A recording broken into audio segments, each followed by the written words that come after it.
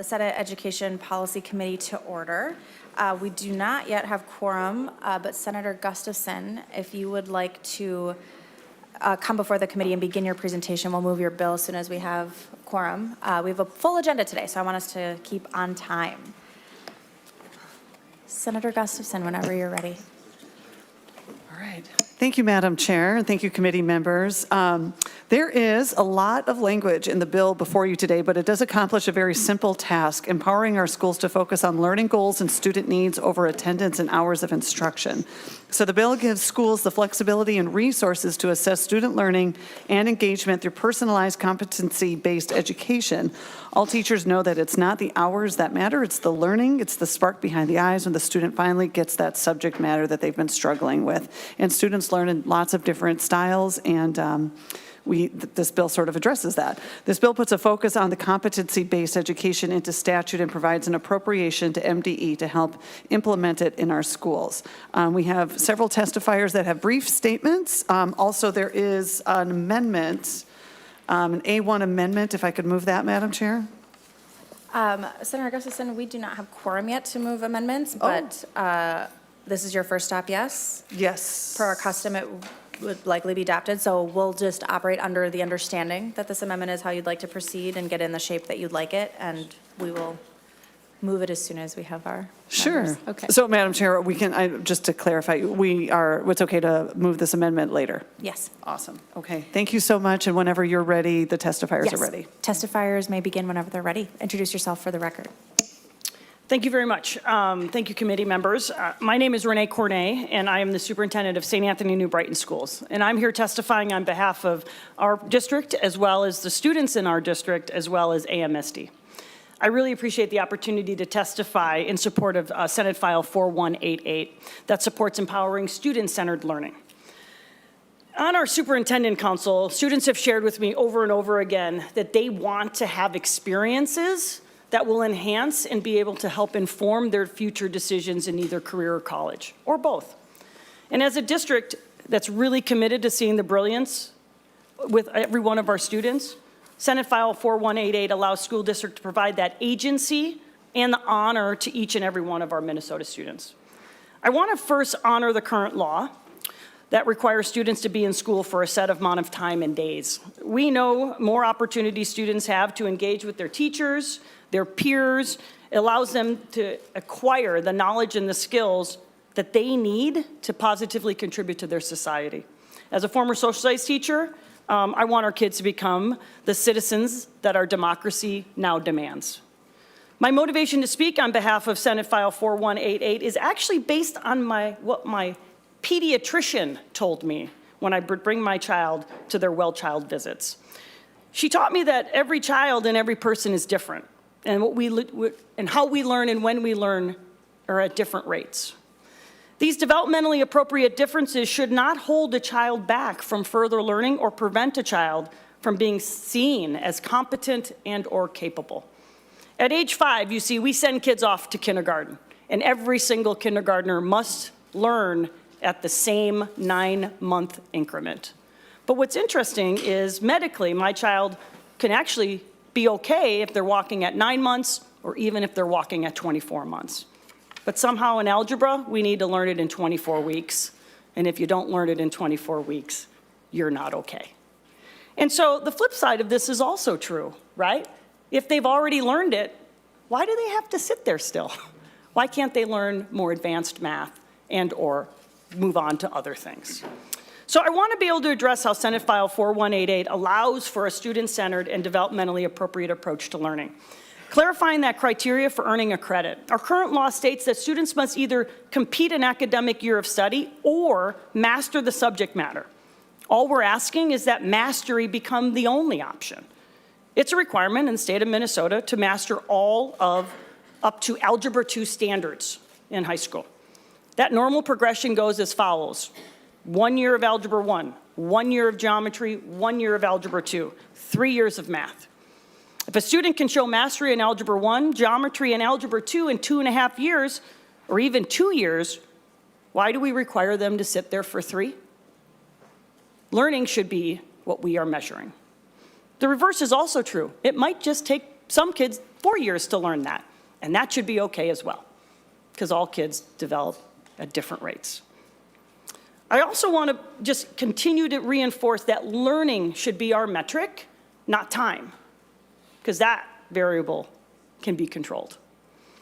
Expanding the definitions of hours of instruction, I want to again explain clearly, I believe in schools. I want and to ensure citizenship to our republic.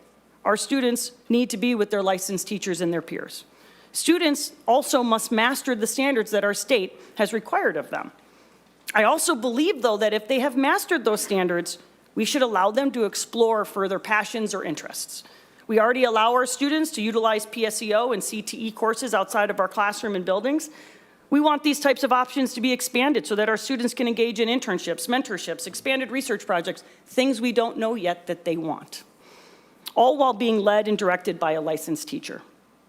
The work of our schools is to produce what is so clearly articulated in the Constitution, we the people. The power lies with we the people.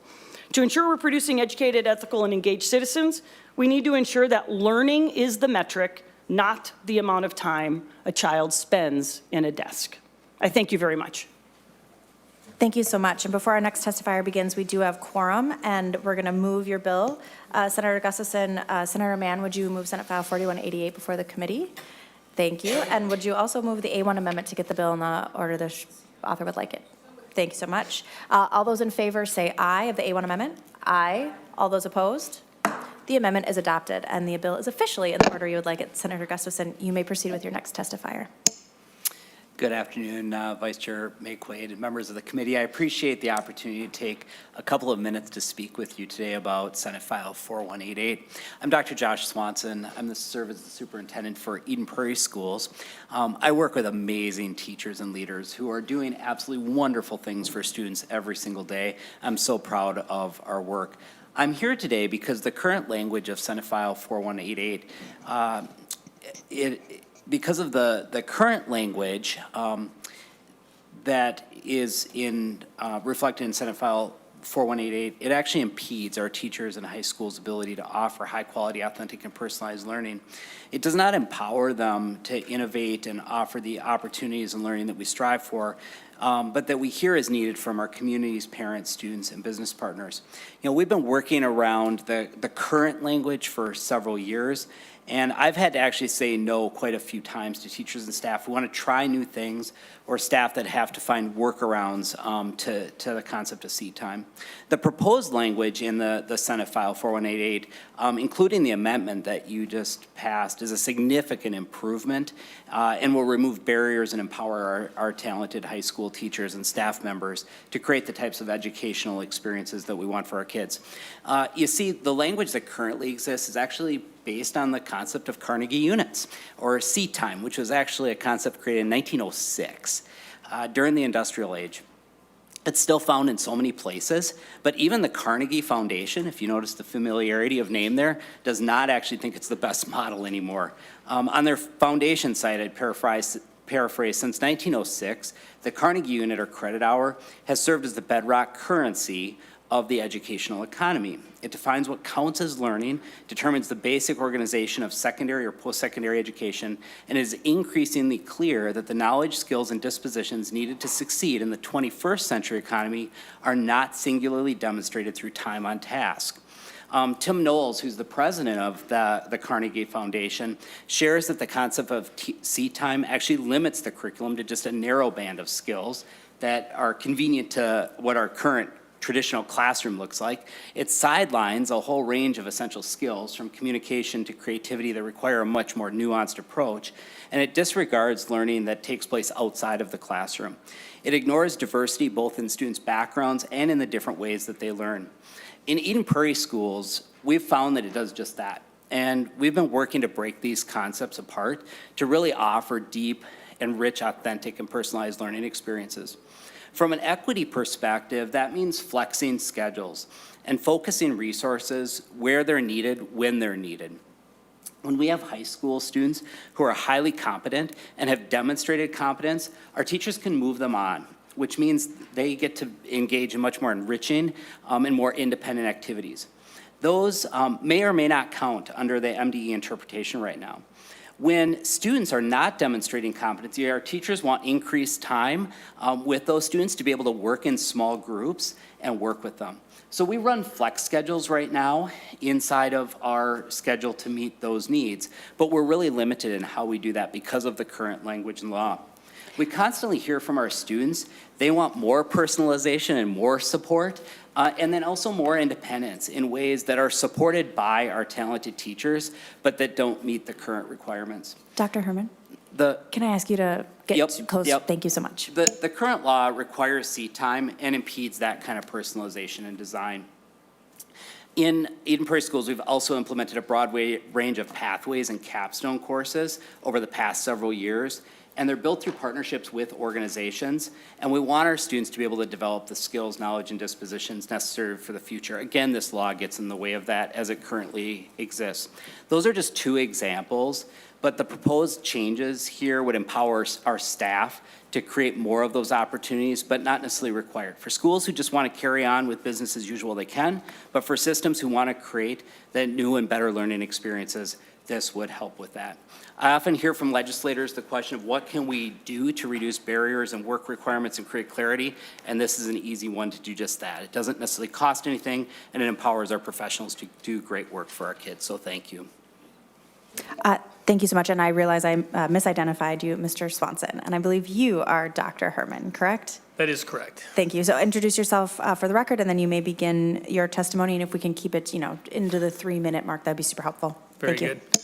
Good afternoon, Vice Chair and committee members. My name is Frank Herman. I am the Director of College and Career Pathways for the Robbinsdale area schools, as well as the former principal of Robbinsdale Cooper High School.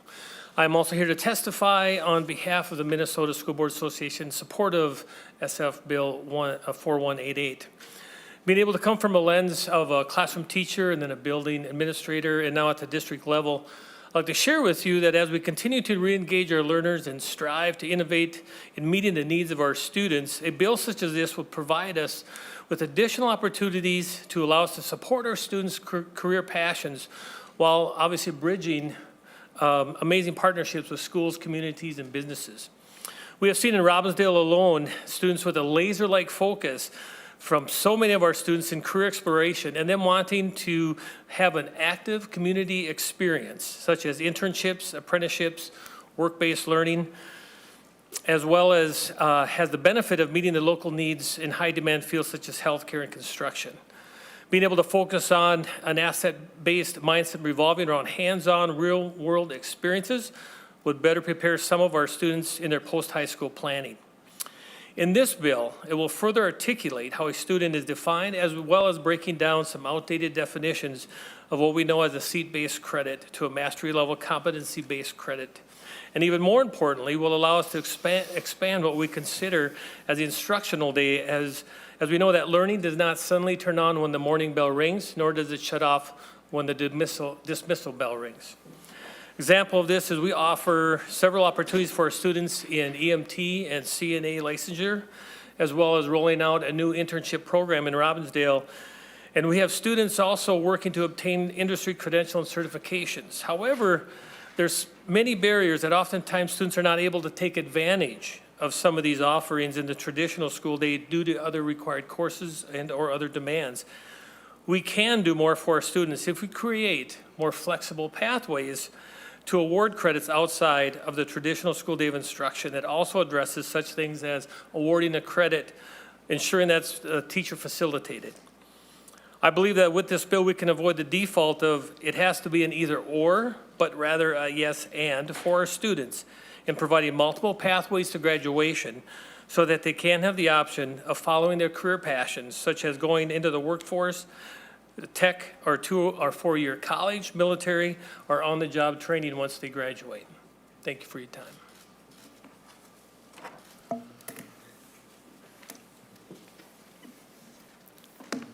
Thank you, Mr. Chair. Thank you. That wraps up our testimony. I know you're just arriving, so I don't want to throw you off, but we're ready for you.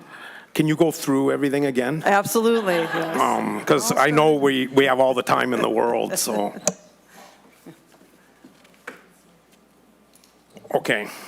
Thank you for your patience and indulgence in bringing me up to speed. Ms. Snyder,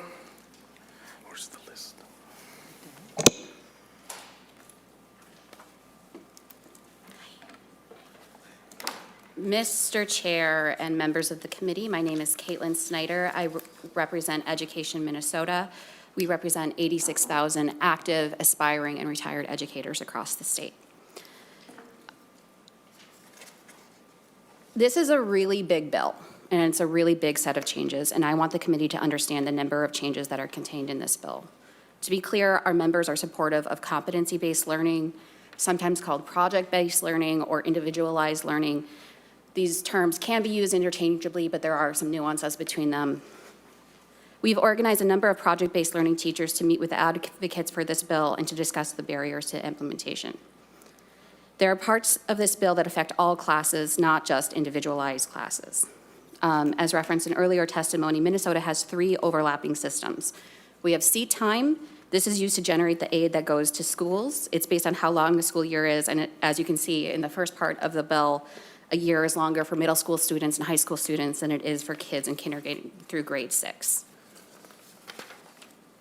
We have academic standards. You're familiar with the changes here because of your work on civics and personal finance last year. This is what students are supposed to learn in their classes. And we also have credits, which are used for graduation in high school. These overlap but are used for different purposes. To be clear, there are no issues that I am aware of that prevent a school from awarding credit for a project-based learning class. There are many students who take a 0-hour or who get credit for a summer course. The issue that's referenced in testimony is trying to address seat time and ADM. Schools would like to be paid for classes that right now they believe they can't. The statutes limit seat time for a student to either 1.0 if you're in grade 6 or under, or 1.2 if you're above that. The only people that can generate more aid than that are people in a recovery program for an alternative learning center, or sometimes called a state-approved alternative program.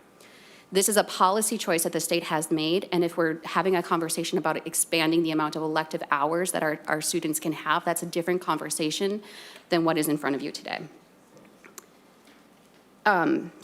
Sections 2 and 4 would apply to all credit requirements and are not limited to competency-based requirements.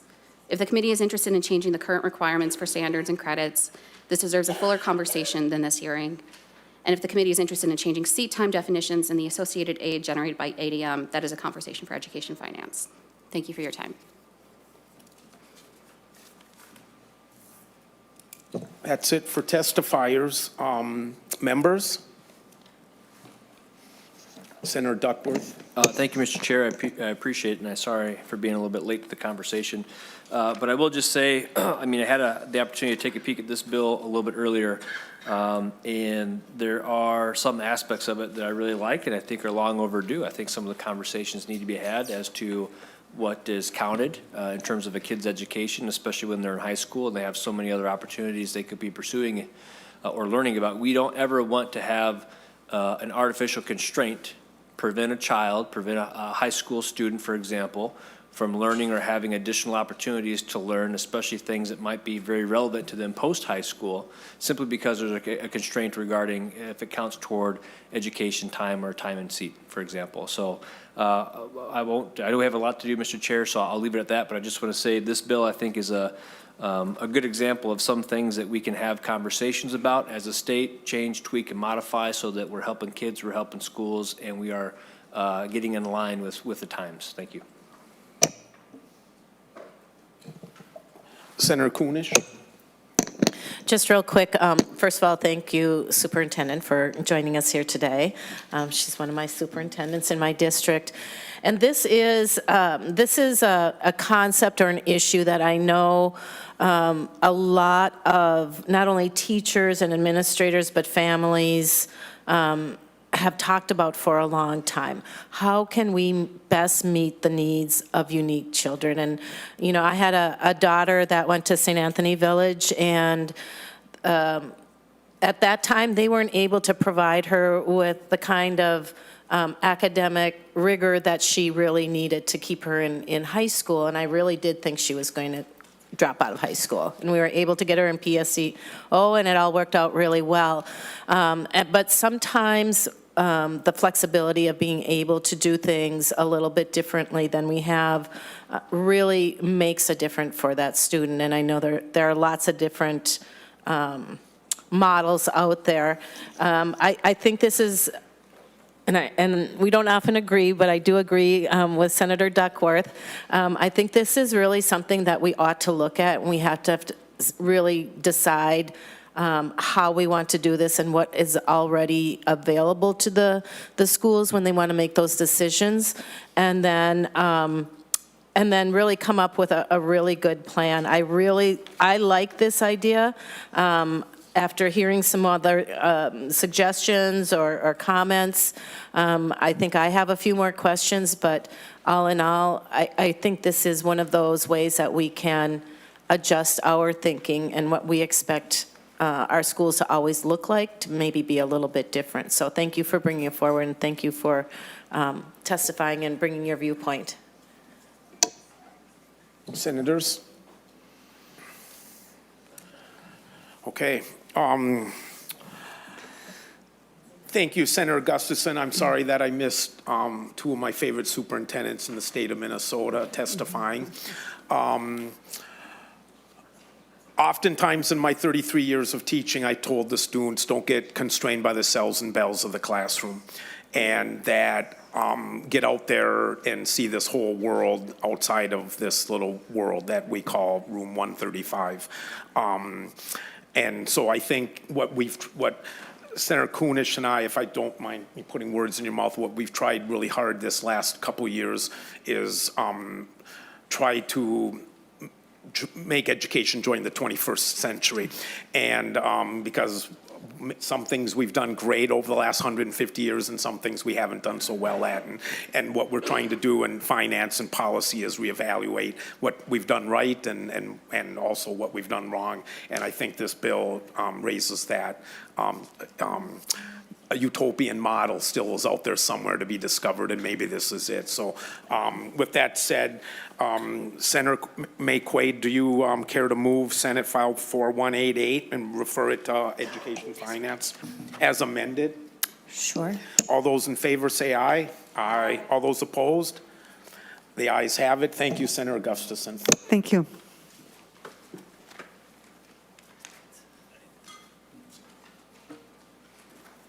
Senator Dornink, 4219.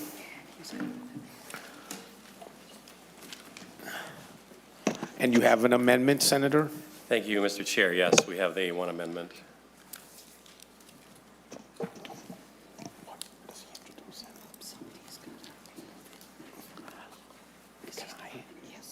I move the A1 amendment. Thank you, Mr. Chair. I can just explain it real quick.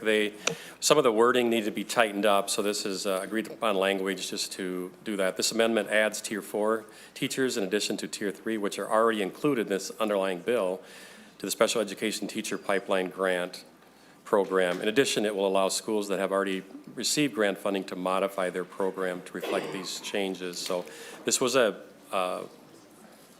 bill that was passed last year to get more teachers in the pipeline. And so it's successful, but we just need to tweak it. So that's what this amendment does, or this bill, but this is the amendment.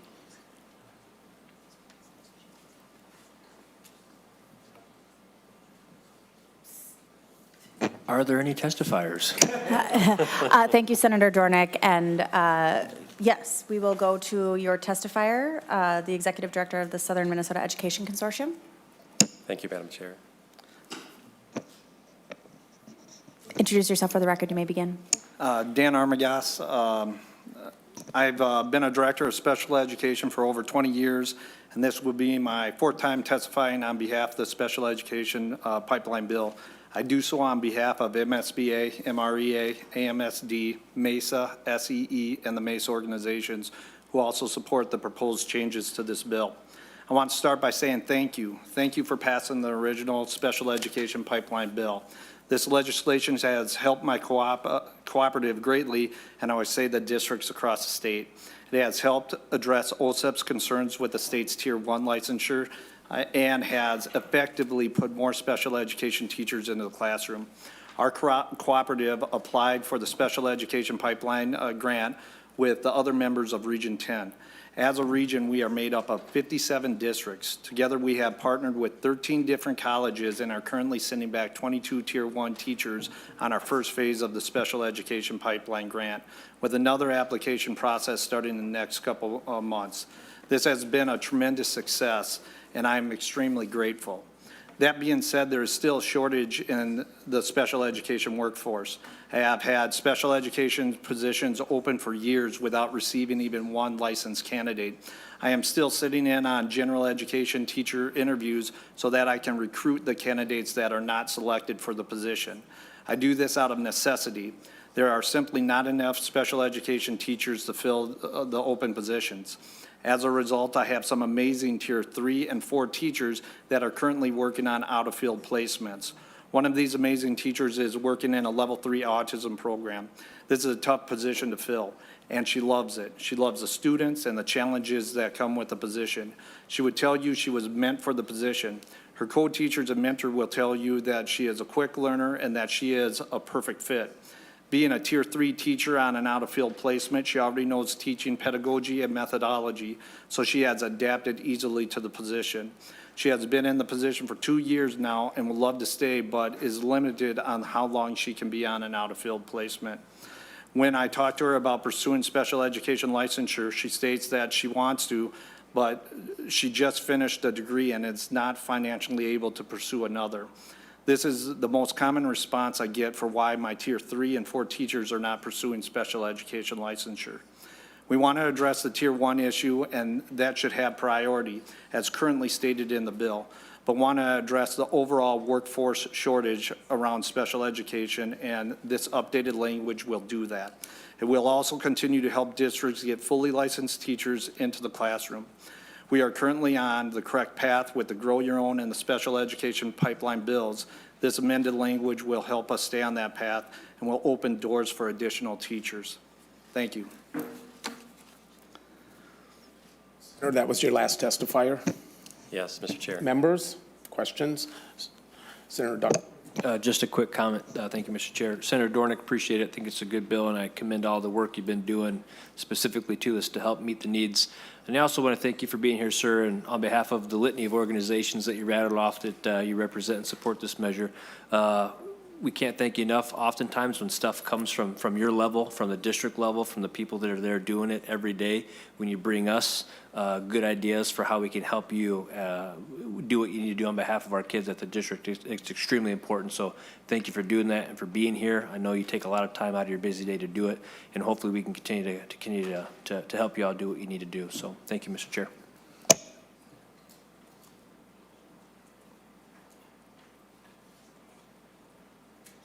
Any other questions, comments, members?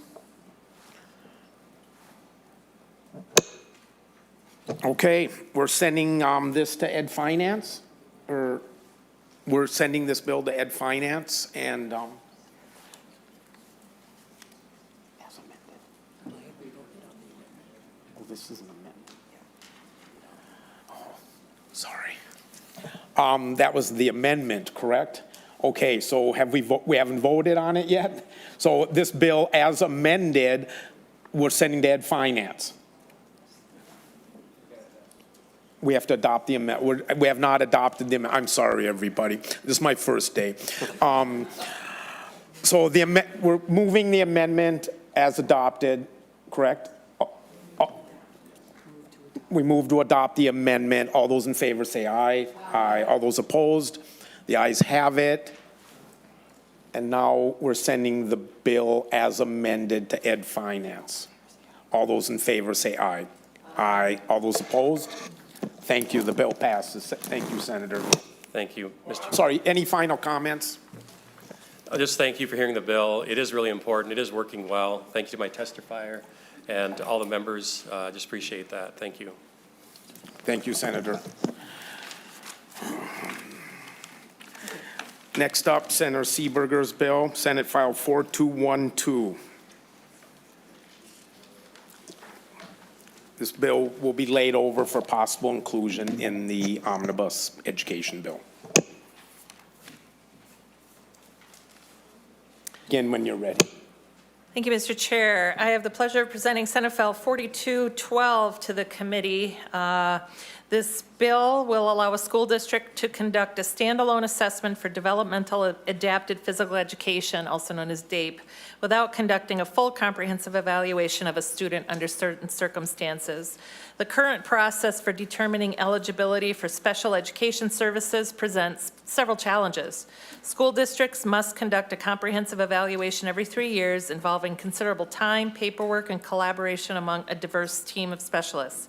However, this process occasionally overlooks or doesn't consider specific needs such as developmental adapted physical education, or DAPE, leading to delays in service delivery. More often than not, these needs become apparent only after the initial evaluation has been done. By allowing school districts to conduct standalone assessments for DAPE without the need for a full comprehensive evaluation, the bill aims to streamline the process and ensure timely access to necessary services.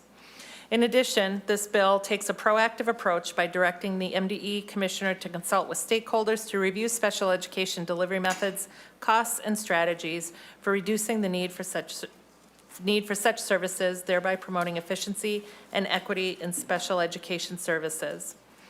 I believe I have 2 testifiers to provide additional information to the committee. She's got 2. Or maybe 1. No, I have 2. Mr. Armagost and Justin Killian, when you're ready, and make sure you sign in the roster and begin when you're ready and identify yourself for the record. Dan Armagost, Executive Director for the Southern Minnesota Special Education Consortium. Good morning, Mr. Chair and members of the committee. I'm here today to testify in favor of Senate File 4212 on behalf of the MACE organization, the Minnesota Administrators for Special Education. Like you heard before, I've been a Director of Special Education for over 20 years. At the end of each school year, I meet with the special education staff and ask them 3 questions as part of their end of the year checkout. What went well, what didn't go well, and what can we do to make your jobs better? The first 2 questions, we get a variety of answers, but the answer to question number 3 is consistently the same across the board and has been since the day I started.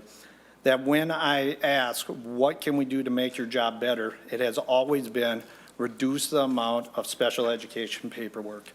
This sentiment is also commonly expressed when we complete exit interviews for teachers leaving the district, who again state that paperwork is a major factor for them leaving. The amount of special education paperwork is a problem. It does not help with our current special education teacher shortage and is a hindrance to the district's efforts to recruit and retain staff. All of our jobs have certain aspects of it we don't enjoy, but the special education paperwork takes teachers away from the classrooms and puts them in front of takes them out of the classroom and being in front of the students and puts them in front of a computer, not just during the school day, but at home, outside of school hours, and on their weekends. We have some great teachers that love their jobs but struggle with the paperwork and the time commitment that comes with it.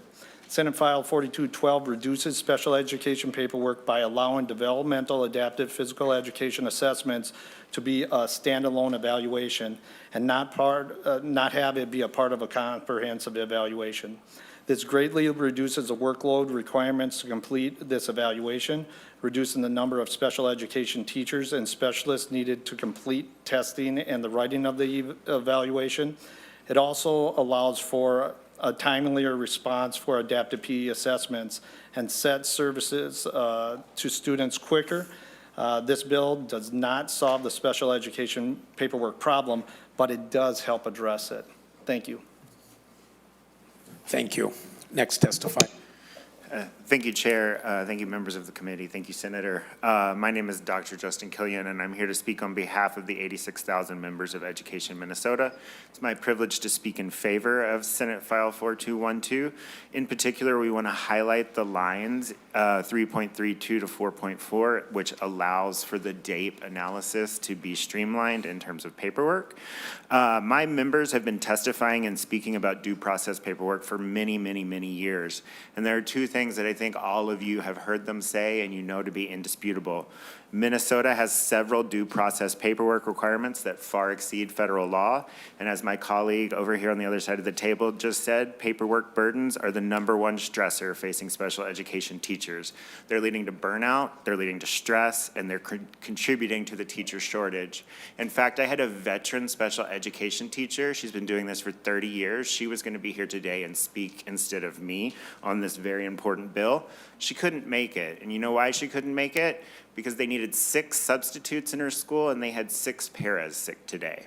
She also told me that she spends about 11 hours a day doing her job Monday through Friday and about 15 to 20 hours a weekend doing special education paperwork. She's taken 1 weekend off this calendar year alone. Just one weekend. This is not sustainable. Let me be clear. The members of Education Minnesota value paperwork. IEPs and supporting documentation are the contracts that secure the rights for students and families, and they also provide a very necessary window for families to see what is happening at school. But the current system isn't working, and improvement is needed. This is why in December, Education Minnesota members called a coalition of organizations, including MACE, the Minnesota Council for Exceptional Children, MASA, PACER, the Minnesota Disability Law Center, Coalition for Children with Disabilities, SPED Forms, the Minnesota Department of Education, and members of the House of Representatives to our building to say, hey, is there anything that we can agree on to make this a little better for folks? And this is a bill that came from that work. And so we want to extend our thanks to the senator for carrying this very important piece of legislation. And I would just like to echo what my colleague just said. This isn't going to fix everything, but this is a really, really, really big fix, and it means a lot to special educators. And so we please ask you to continue moving this through the process. Thank you. Senator Duckworth. Thanks, Mr. Chair. I'll be brief. I appreciate the work you're doing on this bill, and especially as it relates to special education in general. There's a whole lot more that we can and need to do. You talked about the paperwork issue for one. So I think in general, we need to look at ways that we can reduce the complication of the process and make it easier for folks to be focused on the kids they're there to take care of, teach, and be in charge of. I want to thank you for including in your bill the ability of a parent or guardian to request that a school district conduct a comprehensive evaluation at the parent or guardian's request. A happy medium there. It's not lost on me that you did that. I appreciate it. When you talk about the special education funding recommendations and what the report has to take a look at, I think that's all very good stuff that we need to actually dive into and see what works, what doesn't, what we can tweak, change, or modify. I would give you a suggestion that you might want to ask the report to also look at best practices for including parents in the process. I spent a lot of time with a group last week of parents that have children that receive this kind of care and education in our schools, and they're as exhausted as some of the educators are. And some of that has to do with the process, and some of that has to do with things that are above all of their levels. So the more that we can include them in the process and how we're looking at special education, what works best with parents, what serves those kids best, and also respects the educators and the time that they have dedicated to the profession would be extremely beneficial. So just something to keep in mind as you're looking at a report as it relates to recommendations, et cetera. That's all I've got, Mr. Chair. Thank you. Senator Maye Quade. Thank you, Senator Seeberger, for bringing this bill. This is one of the things I hear about the most when I go on school visits, besides school lunches from the children. And while we have your two expert testifiers here, I have a question because this was brought up in my district and I actually didn't know who to ask. And so maybe it could be in the report too. For a little while in the school district I represent, there was a team of people who did the initial assessments, which I think are some of the most labor-intensive assessments for special education students. And that was really helpful for a lot of the teachers because then they could focus on the education and then the daily paperwork instead of that multitude of hours. Is that something that has worked in other districts? Does it work in other states? Are people doing it? Could you just say like 1 minute on that for me? Yeah, I would say that is something that a lot of districts are looking at now. Part of the problem is finding those teachers and getting them in place. And also what you're doing is you're taking your top teachers out of the classroom away from kids to do that. So there's that part of it, and that's why there's a shortage. But I would say absolutely, my co-op right now, we are looking at putting together an evaluation team. So now with that team, we can focus on the students with the ones that are in the classroom, and we can take on that initial evaluation. Those initial evaluations take a lot more time than what it does for a re-eval. So it is very, very labor intensive, and if we can pull that away from our classroom teachers, it will definitely help. So again, that is one of the things that we're looking at and moving forward to. So I think it's a good idea. It's just a matter of finding those people. And now it takes a special person. There are not a lot of people that get into teaching saying, okay, I want to do the paperwork, because now you're pulling them out of the classroom and doing that. So it's just finding the right people to do that. We rely heavy on our school psychologists and that group in order to do some of those. But I think it's a great idea. Thank you.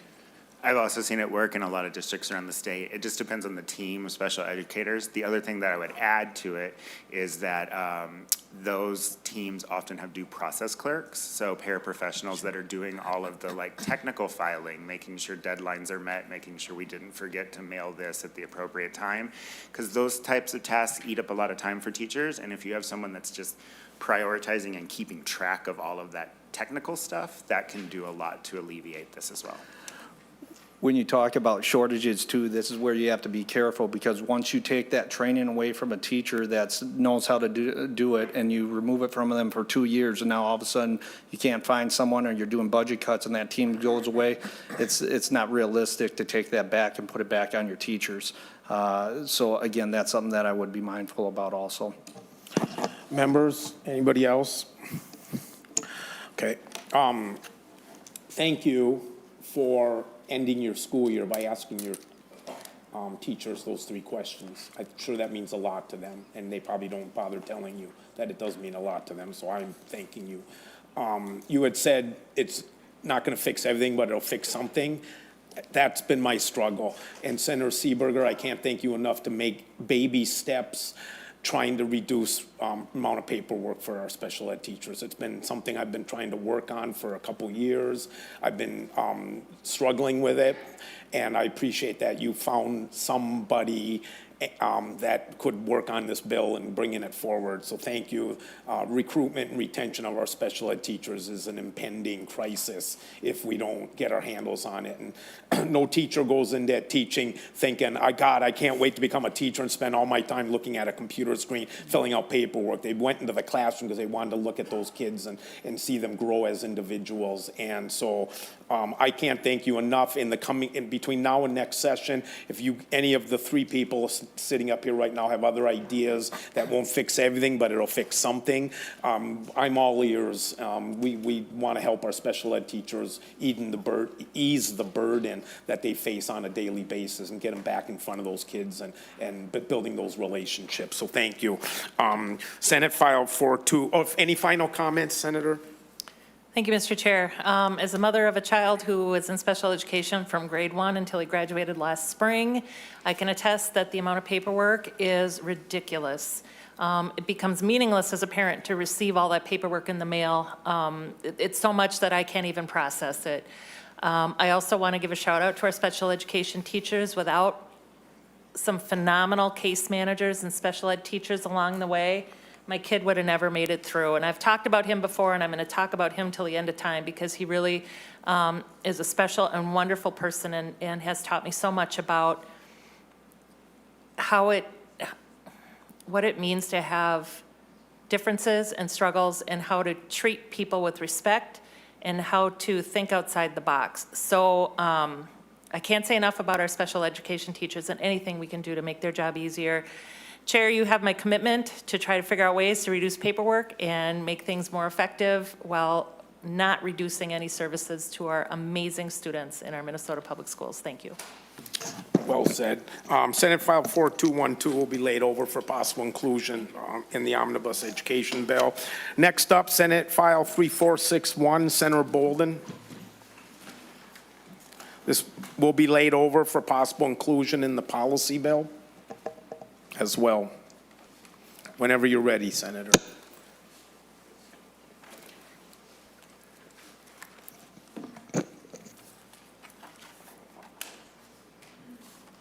Thank you, Mr. Chair and members. I am pleased to be before you with Senate File 3461.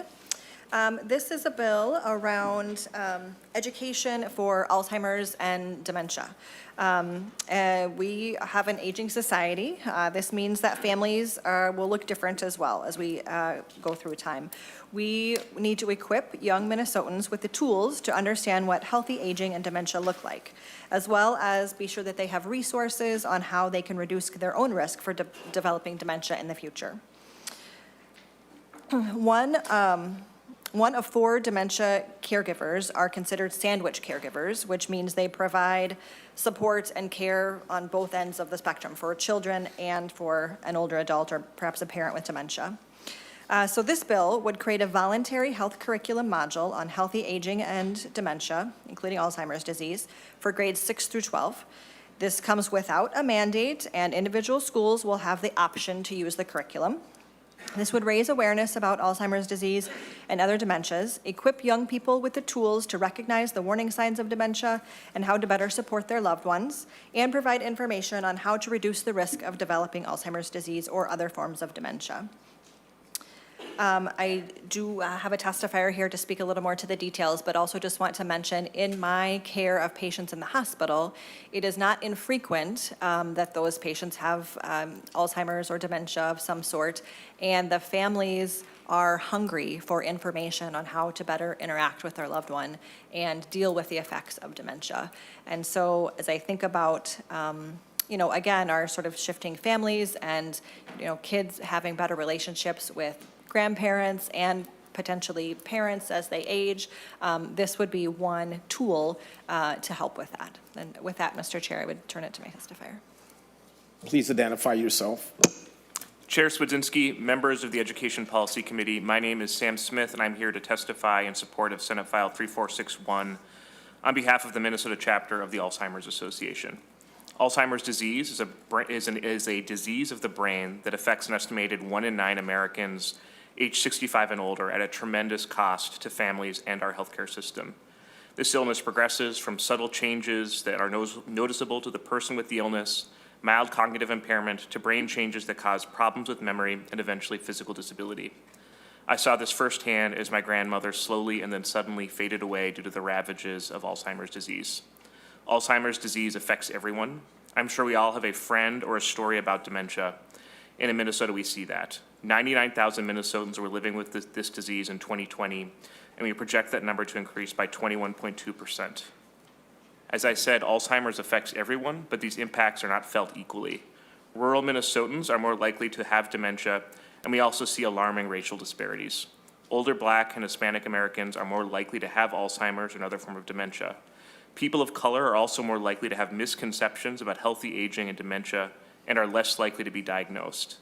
I would urge the committee members to review Dr. Monk and Nakembing's written testimony posted online about the need for Alzheimer's awareness and the potential diagnostic benefits of Senate File 3461 for communities of color. I don't think anyone here would question that Alzheimer's disease is important, but some may question why Alzheimer's disease is important for the Education Policy Committee. People living with Alzheimer's disease are complicated to treat and expensive to serve. Minnesota cannot spend its way out of this problem. We must go upstream and engage young people on the steps they can take to reduce their risk profile for Alzheimer's disease. This is a terrible illness, but there is so much we can do. The Lancet Commission found in 2020 that 12 of the dementia risk factors are modifiable, and consequently, we could prevent or delay the development of dementia in 40% of cases. These risk factors include diabetes, hypertension, traumatic brain injuries, and others. The Centers for Disease Control and the Alzheimer's Association collectively created the Healthy Brain Initiative Roadmap and called for the development of an Alzheimer's disease health curricula, noting that structured conversations with peers can help reduce the stigma around brain health and support regular, routine conversations about dementia, knowing that many children live with or have family members with dementia. I'd like to conclude with some words from Addison Detman, an Alzheimer's Association advocate and Osseo High School student who's not able to join us today. Including dementia education in our health class will empower students and teachers with knowledge and skills to navigate this condition. Additionally, this education will prepare students for the increasing role that they may play as caregivers, family members, or healthcare professionals in the lives of those affected by dementia. One day, students in my health class may be caring for you or your loved ones. Thank you for your time and happy to answer any questions. Thank you. Members? Senator Kunish?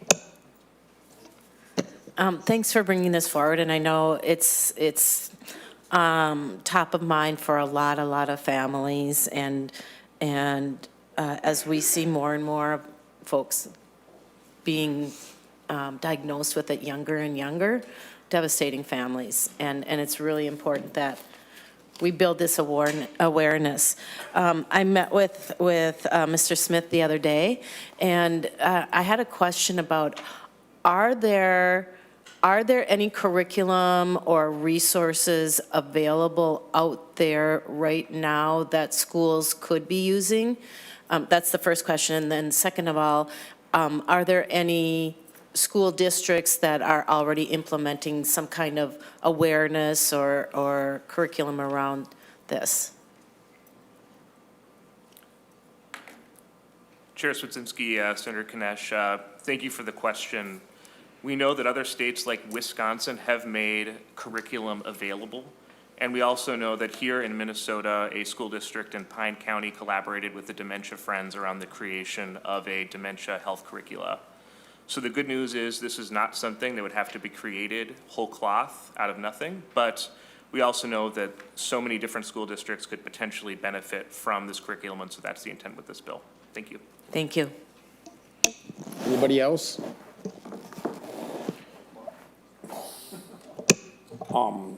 Thank you, Senator. Thank you, Mr. Smith.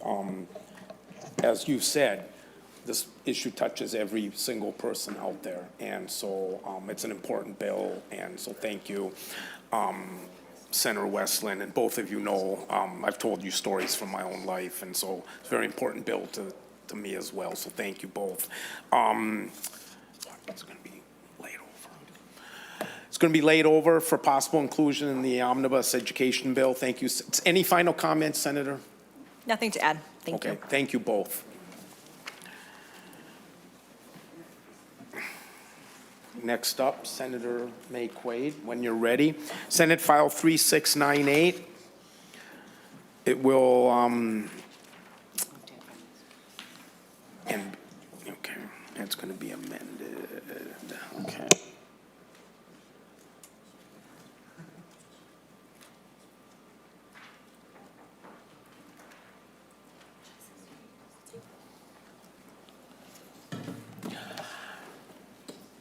And when you're ready, Senator, I see that you have the A2 amendment to get the bill in the shape you want it. Yes, Mr. Chair, I would move the A2 amendment. The A2 amendment just is a delete all that gets it into the shape we want it in. Okay, all those in favor of the author's amendment, say aye. Aye. All those opposed, nay. Begin when you're ready, Senator. Thank you, Mr. Chair. Sorry, ibuprofen for a headache. Okay. First, Mr. Chair, if it's okay, I'm just going to briefly describe what the READ Act did last year so that we are all on the same page. The READ Act last year, that is now law, requires school districts to use evidence-based structured literacy curriculum to teach literacy in schools.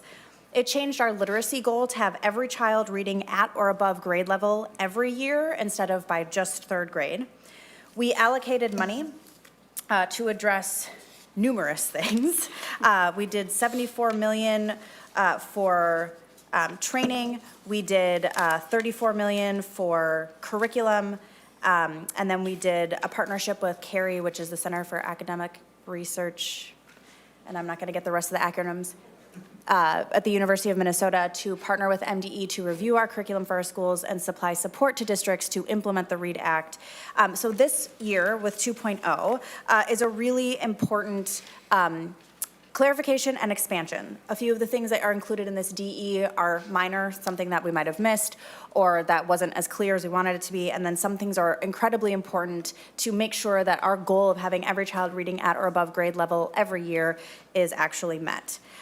During the interim, Representative Edelson and I engaged educators and principals and superintendents, the department, to get really important feedback on this legislation. And so what you'll see before you now with the amendment that's been adopted, this bill includes a definition for word study that has been added in, and the definition of oral language is expanded to include sign language. It adds a third screener in the middle of the school year. This is best practice. Many school districts are already doing this. We should have just clarified that.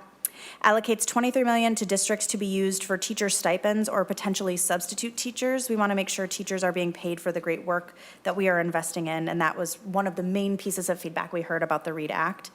Allows instruction hours to be reduced by 5.5 hours for students in grades 1 through 3 if approved by the school board to provide teachers with evidence-based training. This is just for 1 year.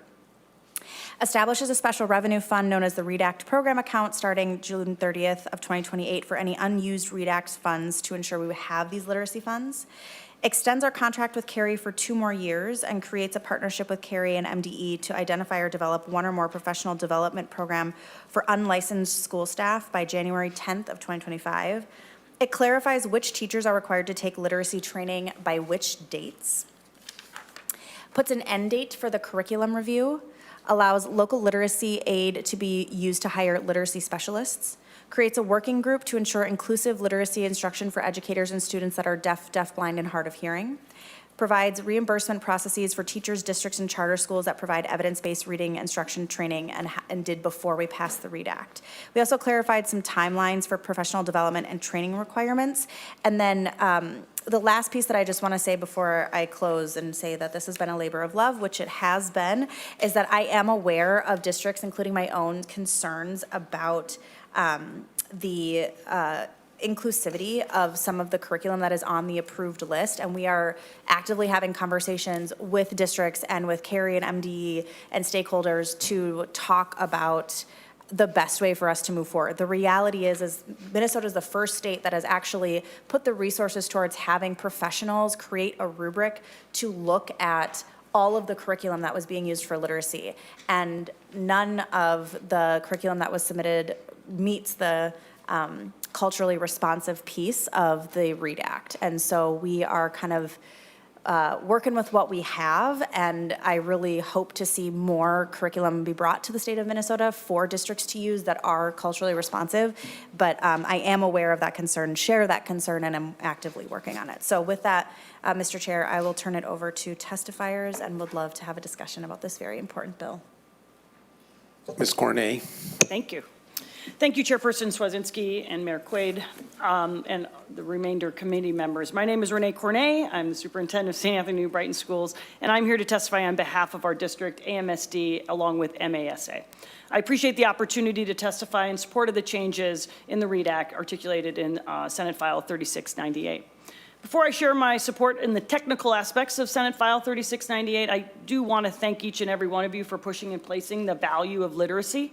Although I can't claim that I said this, I'm totally stealing it. Literacy is justice. Literacy is power. And it's crucial for each and every one of our Minnesota students to learn how to read. So St. Anthony New Brighton, along with all the districts that I'm representing today, we support the READ Act, and we are working diligently right now to implement the READ Act. What we are seeking is what is articulated in Senate File 3698, and specifically the areas of flexibility and, of course, additional resources. So kind of want to tell you a little story. So just like I think every superintendent, along with probably every director of curriculum, I spent way too much time refreshing the MDE and the Cary website, anxiously seeing if my curriculum that we had worked so hard on picking would be on that list, and then hopefully then getting reimbursed. Our curriculum was on that list. And in my district, I have about 1,800 students. Although in the metro, I'm pretty small, in the state, I am pretty average. Now, I thought, I'm going to do a little napkin math. Okay, so $500,000, $500,000 for the curriculum for 1,800 students in my district. I am not a Noka Hennepin, but let's just pretend we're all around my size. There are about 300 districts in our state. I added up just a little math. That equals out about $150 million of reimbursement for literacy curriculum. I realized at that point I'm probably not going to get reimbursed for a literacy curriculum. I only share that story in just regards to how we are anxiously wanting to do this work and some of the pushes that we feel in regards to the resources available. We also support the increased training for staff included in that READ Act. And the cost and the time to successfully accomplish that will require some flexibility and also additional resources. Our district, we just literally cannot afford to pay all of our teachers to do this training outside of their school day. And I mean, we could bring subs in, we cannot secure them to do it during the workday. I cannot and I will not ask teachers to do this without being compensated. And so I support these additional resources that are articulated in Senate File 3698, and I would believe that our districts will utilize these to move the READ Act as presented. Knowing how to read is crucial, because once a child learns how to read, they can continue to learn for the rest of their life. I want to express my gratitude again and my commitment and appreciation that our state has pushed in the areas of literacy, because literacy for our students is justice. Thank you. And Ms. Burnham, come on up. And Mr. Killian, you're up next. When you're ready. Mr. Chair, committee members, my name is Bobby Burnham, and I serve as the Assistant Commissioner for the Office of Teaching and Learning at the Department of Education. MDE would like to thank the bill authors for their continued work and commitment to ensuring children, families, and educators are supported as we implement the READ Act. Senator Maye Quade and Representative Edelson continually seek input from our stakeholders in order to make revisions that will support school leaders and educators to effectively make these transformational changes to policies and practices in order to ensure our children read on grade level beginning in kindergarten. We look forward to our continued work together to ensure the final bill represents the needed adjustments to enhance implementation at all levels. Thank you. Thank you, Mr. Kill. Thank you, Chair, members of the committee, Senator Maye Quade. It's my privilege to speak on behalf of the 86,000 members of Education Minnesota. In particular, I would like to speak about the provisions in the READ Act as it relates to paying teachers for their time to do this training.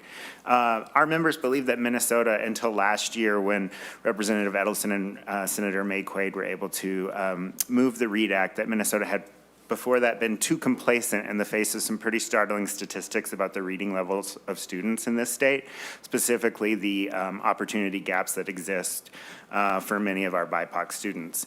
We see this as a fundamental equity issue, and so they were all very excited and remain very excited to be able to do this training and to really put resources towards changing this and turning this around. This is not an easy ask, though, of my members. The quickest training is about 50 hours, and if they choose to do letters training, that's anywhere from 140 to 160 hours of training. And I've been traveling all over the state talking to our members who really want to do this, but they're facing unprecedented levels of dysregulation in their classrooms. There's a teacher shortage. There's not enough substitutes. You've heard it all a million times. But in the course of those conversations, I've had some naysayers push back on me. And one person even said, well, teachers have always had to do professional development. How is this any different? This is a huge ask, and it's a huge ask at a very critical point for teachers. And so here's a statistic that I think could really bring this home for you. Did you know that teachers have the highest of any occupation? They have the highest rate of urinary tract infections. And you want to know why that is? They don't have time to go to the bathroom. In fact, this was just recently verified in the Journal of Occupational Safety that 59% of teachers do not have time for a restroom break. If they do not have time for a restroom break during their contract day, they certainly cannot do literacy training with fidelity. They just do not have the time. And districts are right. They don't have the money or the resources or the substitutes to work this into the contract day. And I was glad to hear that the superintendent who spoke before me said she would not ask her teachers to do this without being paid. I wish she was representative of all superintendents. Unfortunately, she's in a minority. There are many superintendents that are expecting my members to do this for free, and they can't do it. They're breaking, they're tired, and they're stressed. And so I'd like to thank Senator Maye Quade and Representative Edelson for asking for money to compensate our teachers to do this work, because they want to do it. And if you give them the resources and the time to do it, they'll do it, and they'll turn these numbers around for the state of Minnesota, and it will be better for us all. So on behalf of the teachers, thank you so much, Senator, and we look forward to working with you as this bill continues to move. Thank you both. Members, questions?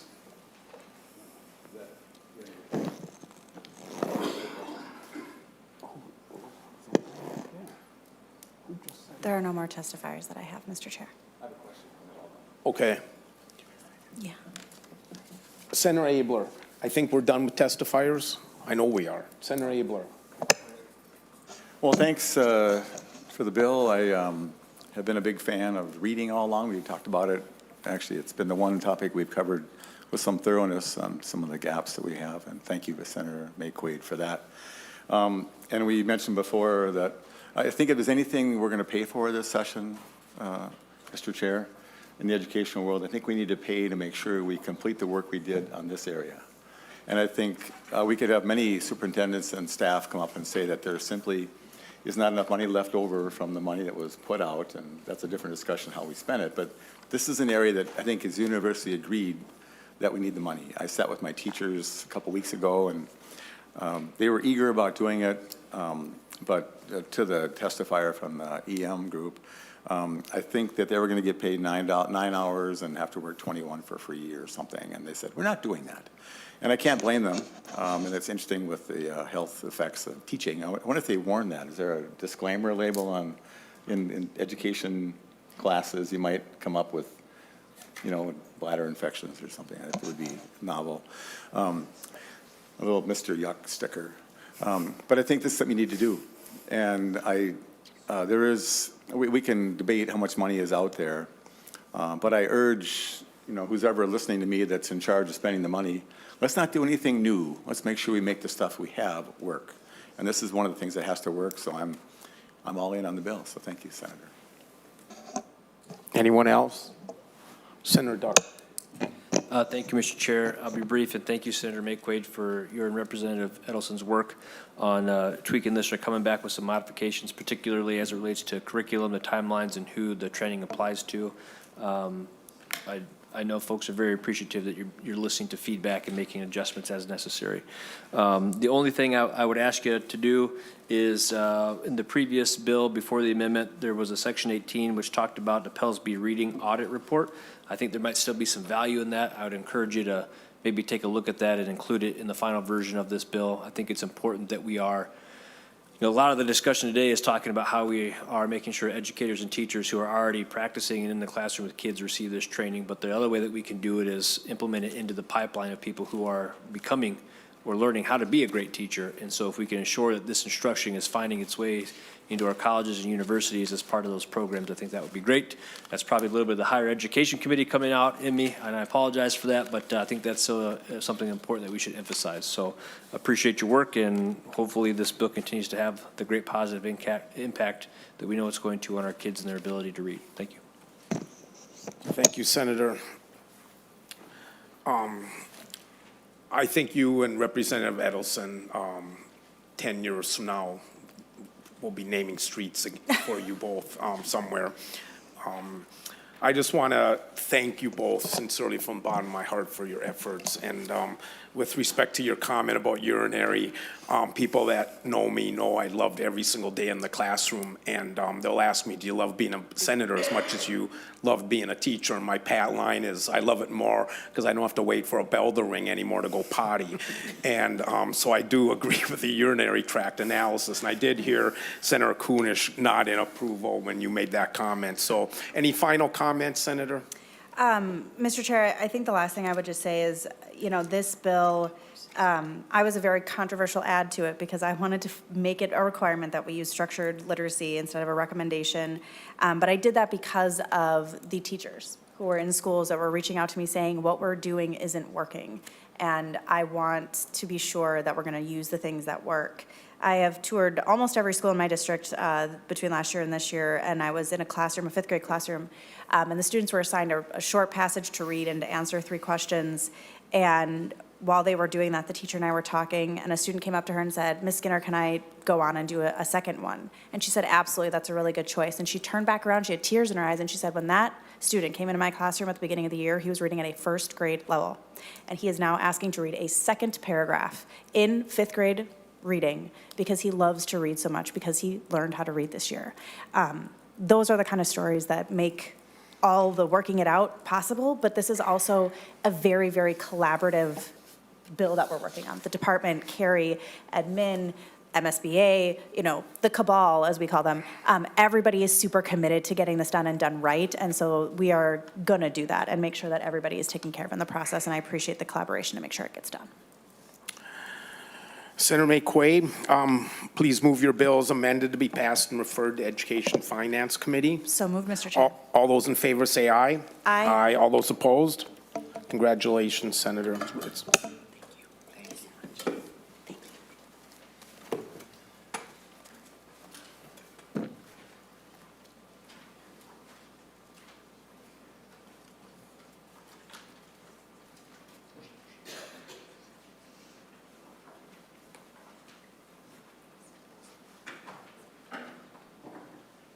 All right, Senator Cwodzinski moves Senate File 3998 before the committee. Senator Cwodzinski, whenever you're ready. Thank you. The idea behind this bill is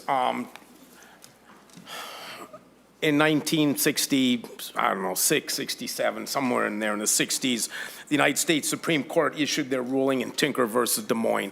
In Tinker versus Des Moines, the court said, students do not shed their constitutional rights at the schoolhouse gate. Students do not shed their constitutional rights at the schoolhouse gate. And they were specifically talking about, at that time, speech and press and expression. And this bill just puts that idea, that notion into statute and gives school newspapers the right to publish what Star Tribune has the right to publish. And there's limits. No right in the Constitution is absolute. As we know, you can't yell fire in a crowded theater. And those limitations are in the bill, so you can peruse them at your leisure. But basically my idea behind this bill is it just starts teaching kids that are maybe budding Woodwards and Bernsteins the freedom to carry out learn the rights and responsibilities that come with adulthood. And we can foster that spirit and hopefully, as I said, raise the next Woodwards and Bernsteins. I love the Washington Post newspaper, and at the masthead, is it called masthead? I don't even know where at the top of the paper, but the Washington Post has the words, "Democracy dies in darkness." Democracy dies in darkness, and we need to teach our kids that notion, that democracy dies in darkness. So that's the bill, and I have testifiers, and so whenever they're ready, Madam Chair. Mr. Chair, whenever your testifiers are ready, they can come forward and begin. I think Jeff is the first one that I have who's with us virtually. So Jeff, you can come on camera, come off mute, and begin your testimony. Good afternoon, can you hear me? We sure can. All right, thank you for taking the time to hear this bill today, and thank you for addressing this issue to protect our student freedom in the classroom. I'm coming to you from W125 at Hopkins High School. My name is Jeff Coker. I have been a teacher at Hopkins High School for 24 years. I've advised publications at Hopkins High School for the last 23 years. I'm a Dow Jones News Fellow, and I have been awarded the Minnesota Journalism Teacher of the Year in 2012. So this is something that I've invested my entire career in, and it is my niche at the school. This is what I do. I advise the yearbook, I advise the newspaper, and I advise the online newspaper as well. We hear the virtue of freedom used in much of our political discourse. It's held as one of the hallmarks of our democracy. It's in our politics. It's embedded in our social studies standards as we study the fight for freedom up to and including the battles that we wage today. It's a state standard that we must teach about these freedoms and the government's role in protecting those freedoms through classes on both citizenship and government.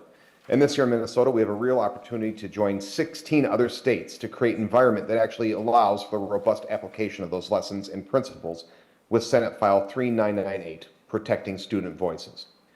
I've worked alongside student journalists at Hopkins High School for the past 23 years, and I've seen the world they try to navigate as student journalists. They face obstacles in getting accurate information or even responses from the district, the government, They face pressure from their peers to not publish stories. They face scrutiny after a story is published and are accused of making up quotes, even though they have recordings of the interviews to show quotes are accurately represented. And over my 23 years, they've navigated this minefield of obstacles, pressures, and threats with little guidance or help from the state. We can readily find standards and guidelines for how do we teach civics, government, ethnic studies, science, and etc. We can find policies that protect kids from bullying, harassment, and discrimination. Those provide clarity for schools, students, and families as they try to navigate a far more complex world.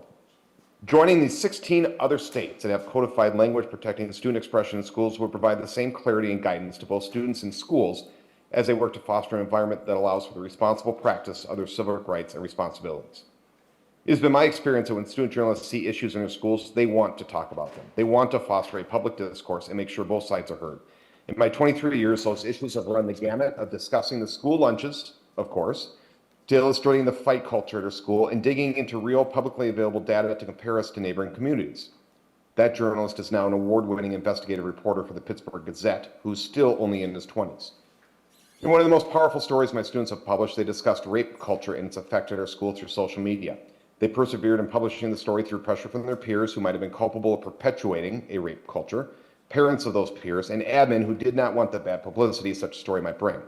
In the end, they were minutes from uploading the printer when our district administrator called with the stand down from the censorship and a clear, albeit belated, support of their First Amendment rights. And as we hope happens in a journalistically solid story, the only outcome of laying bare the rape culture at our school was that the specific instances we highlighted were called out by experts and those specific behaviors stopped. Schools should be celebrated for fostering student press rights, like my school eventually did in this instance. Our students should be celebrated for having the courage to write truthfully about issues amidst peer, faculty, and admin pressure. What was laid bare, though, as my students sat in a room with the school district's lawyers and fought for their First Amendment rights without their own representation, was that the state does not provide the necessary clarity and guardrails for students in schools. What would have been so very helpful was something to point to in state statute or policy that helped us support student voice and understand the clear limitations imposed upon them. I encourage you to move Senate Bill 3998 forward and join the 16 other states, including Iowa and North Dakota, and hopefully soon Wisconsin, in codifying and providing clarity for schools and student journalists as they exercise their most important civic right, their voices. I thank you for the opportunity to speak today, and I look forward to further discussion.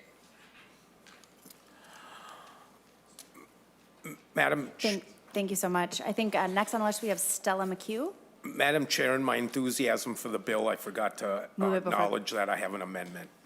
Mr. Chair, you have an amendment. Senator Cwodzinski moves the A1 amendment. Yeah? Okay. All those in favor say aye. Aye. Aye. Those opposed?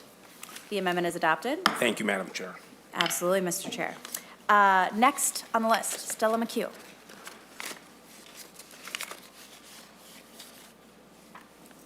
You may begin. Introduce yourself for the record.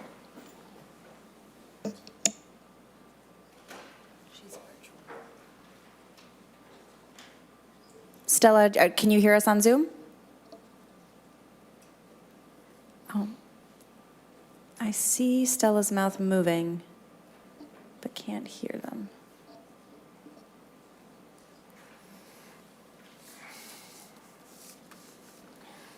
Okay.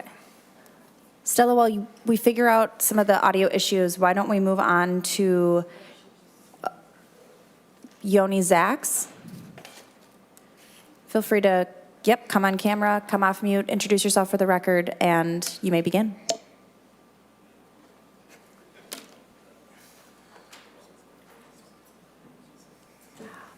Well, it might be something on our end. We can't hear you either, Yoni.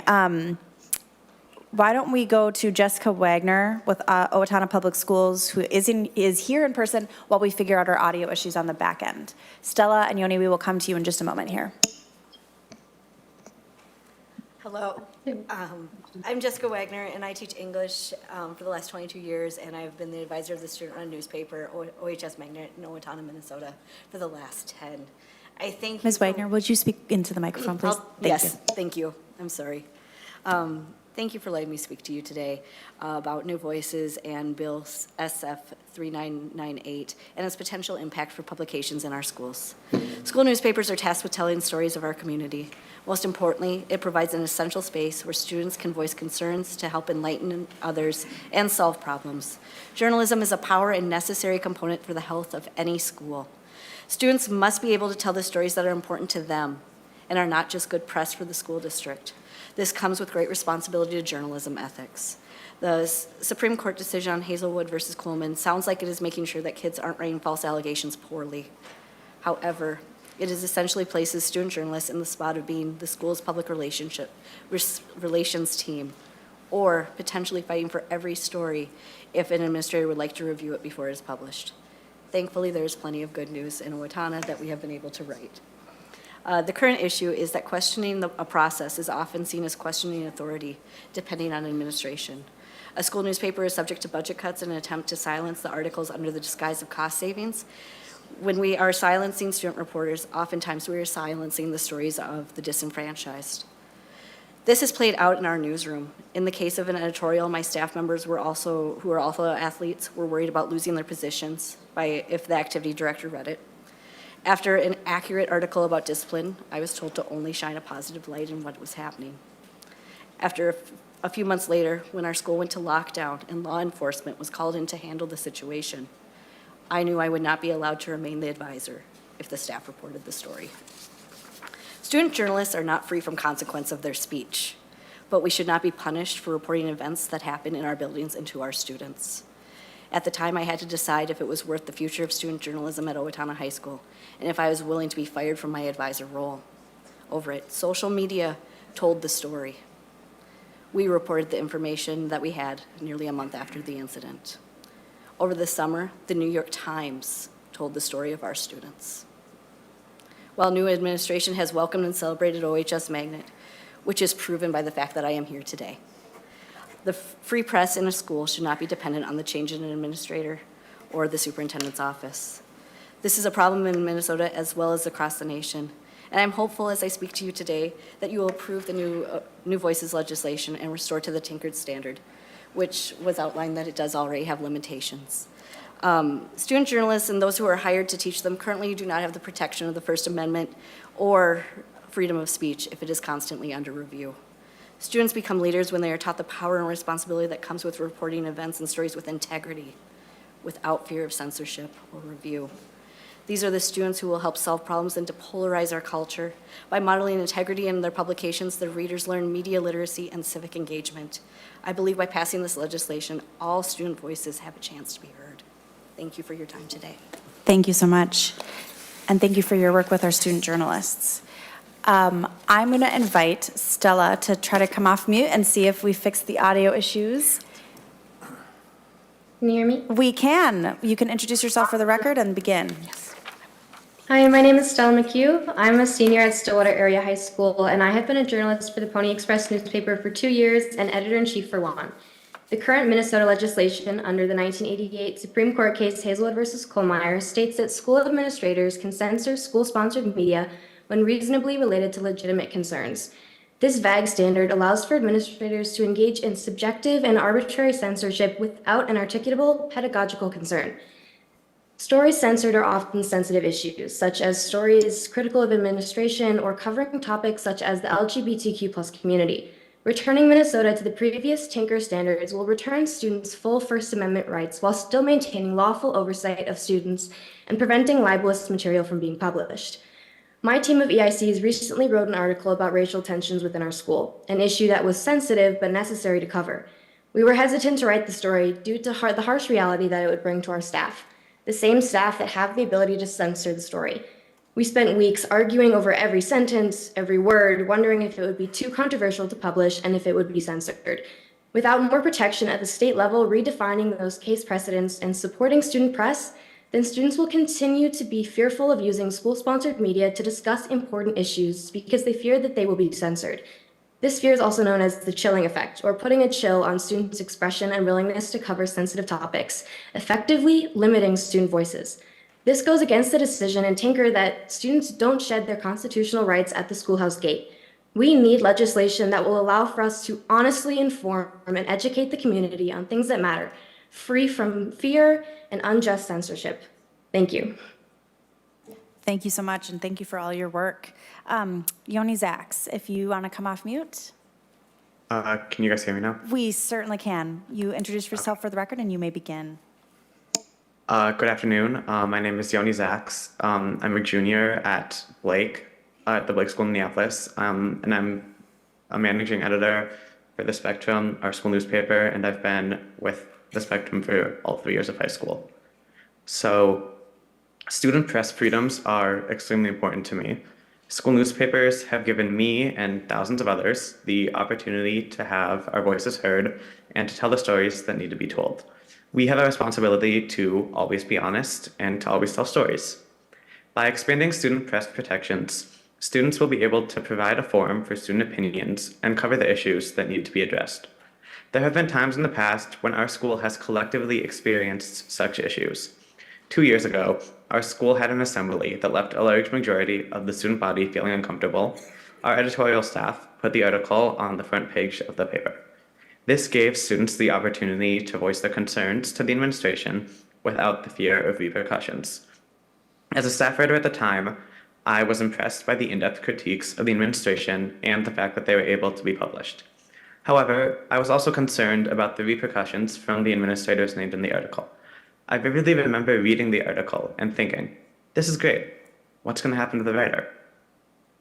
And at the end of October, the other news editors and I felt like the community wasn't talking about the Israel-Hamas war, which created an environment where students were afraid of repercussions for what they would say in class.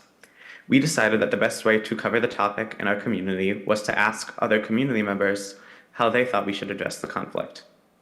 As a newspaper, we felt the responsibility to adhere to our mission statement and to inform our readers and provide a forum for opinions. After publishing that piece, the editorial staff decided that we wanted to do an in-depth spread on the war. We published a timeline, a list of resources from teachers, a survey, a Q&A, more student perspectives, and an article questioning how the student body has talked about the conflict. Before publishing this, I was very anxious as I had played a large role in the creation of this page from the beginning, and I was afraid that there would be repercussions for giving the space for students to share their opinions. We believe that students should have a space to have their voices heard and formulate perspectives without fear of repercussions where adults cannot. Although this bill doesn't apply to me as a private school student, my hope is that if this bill is passed, private schools such as Blake will follow suit and give me and other journalists the protections that we deserve. Thank you. Thank you so much, and thank you for your work as a student journalist. Last on the list, I have Roger Aronson.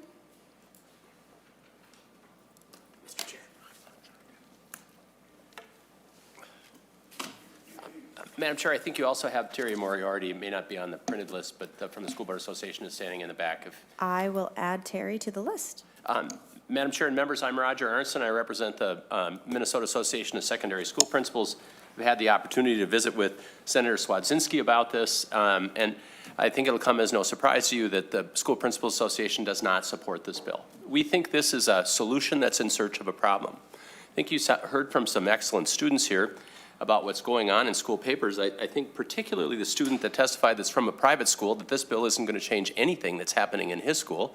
He's going to continue to do what he wants to do. But let me say this, and this is what the point we want to make. And by the way, I teasingly directed Senator Cwodzinski to the school paper in Eden Prairie this last week, and I'd urge you all to take a look at the student newspaper in Eden Prairie. It talks about some very good issues. Should we still teach To Kill a Mockingbird in schools?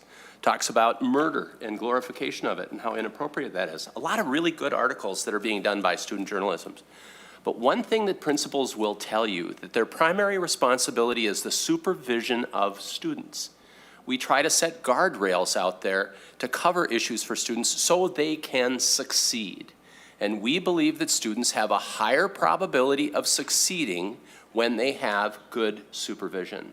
You know, we talked about Tinker versus Des Moines here, and the Hazelwood case that was discussed, and I know you don't want to do a constitutional lesson here, but the facts of Hazelwood, which were decided in 1988, involved the principal's review of an article about teen pregnancy. And the students had been promised confidentiality, but the principal determined that you could actually figure out who the students were and held the article on that basis to protect those students. One of the things about Tinker versus Des Moines and leaving your constitutional rights at the schoolhouse door, we do a lot of balancing of student rights in school. And so the kid that is the subject of an unflattering article, we protect that kid from sexual harassment, from harassment in general, and basically from just mean behavior. The bill says that we can't do prior restraint, except for the cases that we can do prior restraint in. It is unclear to me, and Attorney Moriarty and I have talked about this. Does that still mean that the school principal reviews the provisions of the paper to see if we violated the harassment statutes or the other provisions that are in here? We don't really know. There's a problematic piece, and I understand that advisors want to have some protection, but advisors should have the same protection that coaches or teachers have in other settings pursuant to those procedures. If we're going to discipline a teacher, we use the Teacher Tenure Act to do that, or we use the grievance process and a collective bargaining agreement. This is unclear about that, but it extends some new protections to advisors. Those are kind of the problems that lawyers deal with when we look at these bills, but that is going to be a long-term problem on this. We think school newspapers work well in Minnesota. We think we ought to encourage them. We think one of the bad things about this is if you make it more difficult for us to supervise them, the only option that we're left is to say this isn't an activity that the school wants to sponsor. And that's not a good result. It's not a good result for these kids that you're hearing from. It certainly isn't a good result for the schools. So we think a lot of balance needs to take place here. This has been around since 1988. Most of this legislation and what you're seeing here tracks a lot of what has been adopted for college newspapers, which are a much different footing than what a high school paper is. Those are a lot of times like the University of Minnesota, and those are supported by student fees, those sort of pieces. This is a little different deal. So we'd strongly urge you to look closely at this. Of course, this has a very strong author. I have a suspicion we might see it again next week. I wouldn't be surprised on that. But we do appreciate the opportunity to put this stuff on the record and talk to you about our concerns. So, and I might say one other thing. The amendment was put in at our request to say that these same particular standards did not apply to high school annuals. And I just wanted to say to the committee, we do set up some standards for high school annuals. Fargo Public Schools a few years back had a huge controversy where they said a kid couldn't have his commencement picture with an AR-15. And we want to avoid that type of stuff. That's why we asked for that amendment relative to the annual, and we really do appreciate Senator Cwodzinski putting that in there for us. So thank you, Madam Chair. Thank you, Mr. Aronson. I was waiting for that acknowledgement at the end. Well, I wouldn't go too far, Mr. Aronson. I certainly have some questions for you. Terry.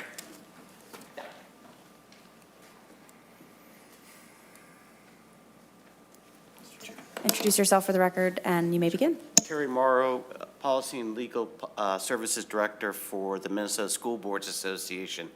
I'm going to actually take a little bit of a different approach here and just mention Phil Sherwood, who was my journalism teacher in high school when I was on the high school paper. He did a great job. I think he would have done well under this bill. I've come here today, Mr. Chair, to clarify something that I'm reading in the bill. On line 2.2, the student media advisor has the role of supervising the student journalists. And then if we go down to 2.30, a school or district must not authorize any prior restraint except under paragraph A. If I read this correctly, and Mr. Chair, I apologize if I do not, the student media advisor would be able to say to the students, this article is defamatory, or this article is profane, or this article violates our school's bullying policy. If my reading is incorrect, if articles would be printed, even though they are profane, defamatory, etc., then the School Boards Association has a deep concern. Otherwise, if the student advisor can say, that is an article that violates the school's bullying policy, a policy that mirrors Minnesota state law, that article will not run, then I'm more comfortable. Mr. Chair, I don't mean to ask you that question today, but if that, my understanding is correct, then we're not standing here in opposition to the bill. If the articles always get printed, regardless of whether they violate any of these, then we have a concern. I certainly appreciate what the students' testimony said, and I absolutely agree with them. In fact, that's what led me to teach First Amendment law at Northwestern University. I agree with all the principles they said. I just think in the high school context, we also have to worry about the environment, protecting the students from harassment, bullying, and the like. I want to make sure that some school official, Roger might say the principal, I'm saying at least the student media advisor has that authority to make sure that these types of articles don't get printed. Thank you so much, and I'm going to ask council on subdivision 4, where it says school districts and charter schools must adopt and post a student journalist policy consistent with this section. Would districts be able to adopt a policy to what Mr. Moriarty is saying? The advisor has the ability to determine or work with students on expression that might be defamatory, profane, harassing, so on and so forth?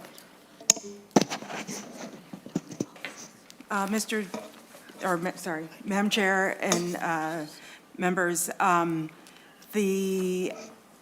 not sure I totally understand, but I think I do. And the items listed, or points listed on page 2 in subdivision 3 are types of expression that are not protected, if that makes sense. Thank you so much, and does that answer your question? And it does, and I am going to ask Roger to stop referring to me as Mr. Moriarty. My name is Terry Morrow. Good to meet you all. But I think it does. I just want to make sure, for unprotected expression, the school is not now going to be in a position of having to let the articles run, that somebody in the school can say, that's unprotected, it will not run. Can I speak to that for a second? Please do, Ms. Wagner. Yeah. School boards already have these policies in their, on record. I know at my school district that every year it is renewed, the policy of student press and also press in the media of a diverse town. I would echo that your advisor is the person who will say, absolutely, you are not running the story by the limitations of the First Amendment. Also, as an adult who cares about kids, we would never do anything that would be putting a kid in harm. It's the lawyer's way to, I'm sorry.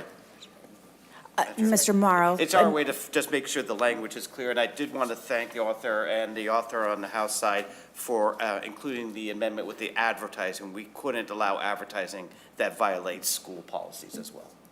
Thank you, Mr. Morrow. Member questions, Senator Abler.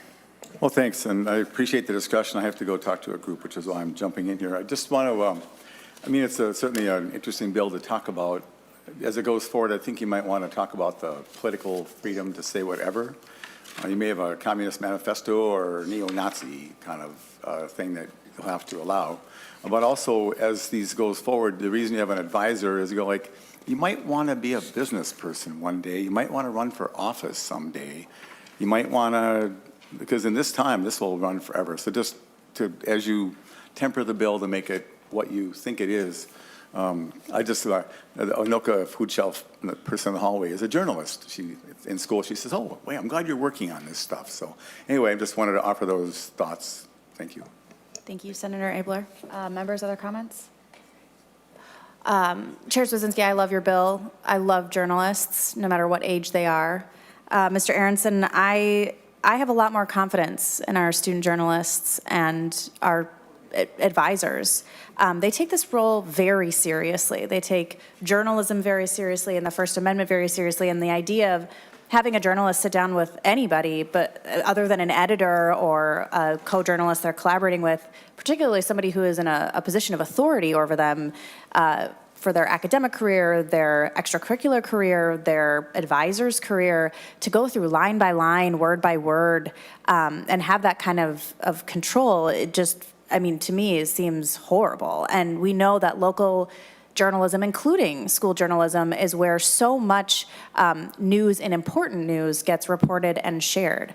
The degradation of local media is actually one of the hardest. It becomes harder for us to track public health crises because local media is often how small little pockets of things are reported and then picked up by other people. So I think this is a great bill. I am immensely grateful for the student journalists that exist, whether they're in high school or college, because this is an important piece of our democracy. And if we start students off with the idea that this is their important piece of democracy, is going through line by line, word by word for a message that is palatable to a principal, instead of looking at these legal barriers or guardrails. That does not set us up for a good future where journalists understand the freedoms that they do have. So I really like your bill, Senator Cwodzinski, and I'm very much in support.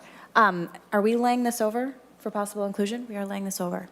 Your bill is laid over for possible inclusion. Would you like to end, Senator Cwodzinski, with any words? Testifiers were amazing. Just never ceases to amaze me how intelligent the people of Minnesota are. So thank you for hearing the bill today. Thank you so much. This bill is laid over. And members, I do have an announcement. We will be meeting tomorrow evening. I'm lying to you. I have one more bill. Senator Boldon, my apologies. Please. Maybe I need the READ Act. We have Senate File 3998. Nope, 4451. I do need the READ Act. Senator Boldon, do you want to move Senate File 4451 before the committee? Yes, Madam Chair. Thank you. And I see that you have an author's amendment, the A1 amendment. Would you like to move the A1? Yes, Madam Chair, I would. All those in favor of the A1 amendment, say aye. Aye. All those opposed? The amendment is adopted, and the bill is in the shape you like it. Senator Boldon, you may begin. Thank you, Madam Chair and members. This is a short, brief, straightforward bill that just clarifies some verbiage. It clarifies that licensed school nurses can administer drugs or medicine to a student if the risk to the student's life or health is of such a nature that those drugs or medicine should be given without delay. It also clarifies that the procedures, the school board procedures on the administration of drugs and medication should be developed in consultation with a licensed school nurse. That's essentially it, Madam Chair. Happy to take questions.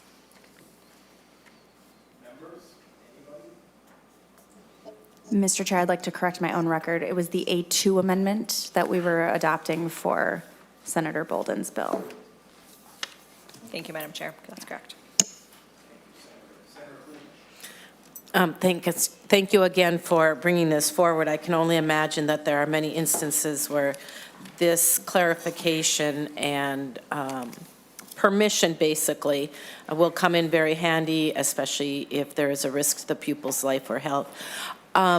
Is there any pushback on this from the schools, the Nurses Association? Is there anybody that is, any organization or anything that would, that has concern about this bill?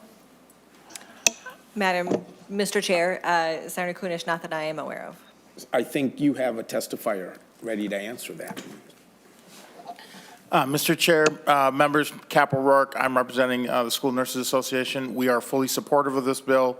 It just provides needed clarity in the schools, and especially around the LPNs, and gives them clarity of how to do their job. And we have had no pushback in the hearing in the House, and there was no pushback last year when we made the same clarification for naloxone as opposed to this. So, no.